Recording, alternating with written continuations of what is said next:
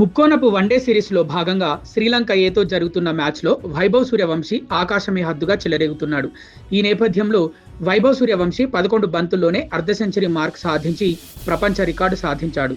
League దశలో లంక ఏ ఆటగాళ్లతో గొడవను పర్సనల్గా తీసుకున్న వైభవ్ మ్యాచ్ ఆరంభం నుంచే లంక బౌలర్లను చీల్చి చెండాడుతూ 4లు, 6లతో చెలరేగాడు. గతంలో లిస్ట్ ఏ క్రికెట్లో 2005లో శ్రీలంక క్రికెటర్ కౌశల్య వీరరత్నే 12 బంతుల్లో 50 మార్క్ సాధించాడు. తాజాగా ఆ రికార్డును కూడా బద్దలు కొట్టిన వైభవ్ లిస్ట్ ఏ క్రికెట్లో అతి తక్కువ బంతుల్లో 50 సాధించిన తొలి ఆటగాడిగా రికార్డులకెక్కాడు.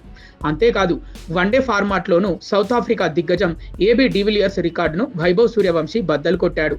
ఏబీ డివిలియర్స్ 2015లో వెస్టిండీస్తో జరిగిన వన్డే మ్యాచ్లో 16 బంతుల్లోనే అర్ధ సెంచరీ సాధించాడు. వెస్టిండీస్ బ్యాటర్ మాథ్యూ ఫోర్డ్ కూడా 2025లో ఐర్లాండ్తో వన్డేలో 16 బంతుల్లోనే 50 మార్క్ సాధించాడు. అయితే వైభవ్ సూర్యవంశీ ఫాస్టెస్ట్ 50 మార్క్ అందుకున్నది అనధికార వన్డే మ్యాచ్ కావడంతో అంతర్జాతీయంగా ఫాస్టెస్ట్ 50 రికార్డు మాత్రం ఏబీ డివిలియర్స్, మాథ్యూ ఫోర్డ్ పేరిటే ఉంది. ఇక T20 క్రికెట్లో యువరాజ్ సింగ్ 12 బంతుల్లో సాధించిన 50 రికార్డ్ ఇప్పటికీ పదిలంగా ఉంది.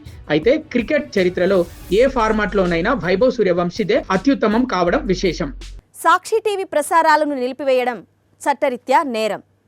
సాక్షి టీవీ ప్రసారాల కోసం మీ స్థానిక కేబుల్ ఆపరేటర్ని వెంటనే సంప్రదించండి.